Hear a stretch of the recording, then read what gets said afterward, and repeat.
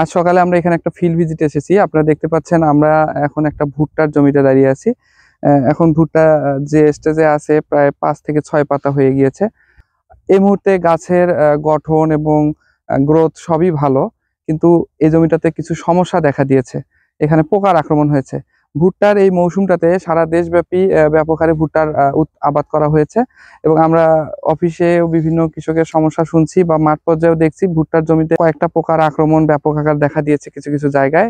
তো এই জমিতে এসেও আমরা কয়েকটা পোকার লক্ষণ পেয়েছি। ভুট্টার প্রধান পোকাগুলো নিয়ে আজকের আলোচনাটা আমি করতে চাই। ভুট্টায় সাধারণত মাজরা পোকা, ফল আর্মিওয়াম এবং কমন কার্টওয়ার্ম যেটা বা কার্টওয়ার্ম বা কাটুই পোকার আক্রমণই দেখা যায়। এখানে এসেও আমরা মাজরা পোকার উপস্থিতি এবং কার্টওয়ার্মের লক্ষণ দেখেছি। মাজরা পোকা যে কাজটা করে, ভুট্টার যে কাণ্ড আছে কাণ্ডের ভেতর ছিদ্রে তারা অবস্থান নেয় এবং এই মাজরা পোকার যে লার্ভা এটা কাণ্ডর ভেতরে অবস্থান নিয়ে ভেতরটাকে খেয়ে একদম নষ্ট করে ফেলে। ধানের যে রকম আমরা ক্ষতি দেখতে পাই মাজরা পোকার ক্ষেত্রে, ভুট্টার ক্ষেত্রেও একই রকম ক্ষতি আমরা দেখতে পাই। এই জমিটাতে আমরা এসে তেমন পোকার লক্ষণ পেয়েছি এবং আমরা খুঁজে বের করেছি। এবং একইভাবে আমরা যদি কার্টওয়ার্মের কথা বলি, কার্টওয়ার্ম পোকাটা সাধারণত নিশাচর পোকা। এটা রাতের বেলা ব্যাপক আকারে আক্রমণ করে, কাণ্ড কেটে দেয়, পাতা কেটে দেয়, ব্লেড দিয়ে যে কাটার মতো করে এরা কাটে থাকে এবং এটা খুবই একটা ভয়ঙ্কর পোকা, যার আকার আকৃতি এবং দেহের গঠন খুবই হার্ড। এবং আরেকটা পোকার কথা যদি বলি যে ফল আর্মিয়াম, এটাও ভুট্টার একটা প্রধান পোকা। ফল আর্মিয়ামের লক্ষণটা হচ্ছে ভুট্টার পাতার উপরে এটার যে উচ্ছিষ্টাংশ বা এটা যে মল ত্যাগ করে সেই মলের অংশ থেকে যায় এবং এটাও পাতাকে খেয়ে থাকে। তো এই তিনটা পোকাই আসলে খুবই ভুট্টার জন্য খুবই ভয়ঙ্কর পোকা।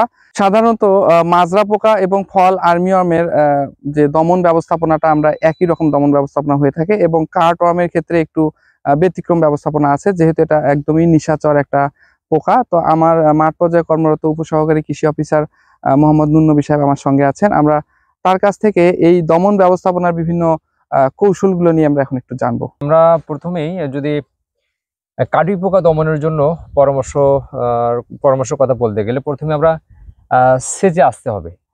সেচ থেকে শুরু করলেই, সেচ যখন আমাদের ভুট্টার 4 থেকে 5 পাতা হবে তখন যদি আমরা প্রথমে সেচটা দিই এবং ভুট্টার সেচটা পানিটা অবশ্যই যাতে বেশি না হয়, স্বাভাবিক মাত্রায় পানি হলে এই যখন জমিতে যখন পানি দেওয়া হবে, পাখি কিন্তু পর্যাপ্ত পরিমাণ পাখি জমিতে আসবে এবং কাটুই পোকার যে লার্ভাগুলো দ্রুত এরা পাখির মাধ্যমে দমন হবে। তারপর যদি থাকে তাহলে সেই ক্ষেত্রে আমরা বলি যে 2.5 অথবা 55 ইসি যে ক্লোরোপাইরিফক্স সাইবারমেথিন কম্বাইন্ড অথবা ল্যামডাসাইহ্যালোথ্রিন গ্রুপের যে কীটনাশকগুলো বাজারে পাওয়া যায়, প্রতি 10 শতক জমির জন্য 100 মিলি কীটনাশক, এর পাশাপাশি চিটাগুড় অথবা লালি অথবা মিষ্টির শিরা এবং 3 কেজি কুড়া একসঙ্গে মিশ্রণ করে মাখা করে যদি সন্ধ্যাবেলা পুরো জমি ছিটে দেওয়া হয় তাহলে দ্রুত কিন্তু আমাদের কাটুই পোকাটা আমাদের নিয়ন্ত্রণে চলে আসবে।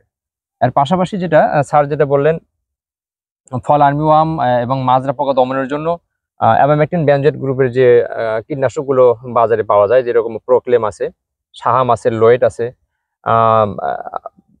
এই যে কোনো একটি কীটনাশক প্রতি লিটার পানির জন্য 1 গ্রাম করে এর সঙ্গে যোগ করতে হবে 2.5 ইসি অথবা 55 ইসি অর্থাৎ ল্যামডাসাইহ্যালোথ্রিন অথবা ক্লোরোপাইরিফক্স সাইবারমেথিন কম্বাইন্ড যে গ্রুপের যে কীটনাশকগুলো, দুটি কীটনাশক একসঙ্গে আমরা মিশ্রণ তৈরি করে পরন্ত বিকালে অথবা একদম ভোরবেলা প্রতিটি গাছের উপর দিয়ে যদি আমরা এই কীটনাশকটি স্প্রে করে দিয়ে থাকি তাহলে খুব দ্রুত আমাদের এই পোকাটা নিয়ন্ত্রণে চলে আসবে।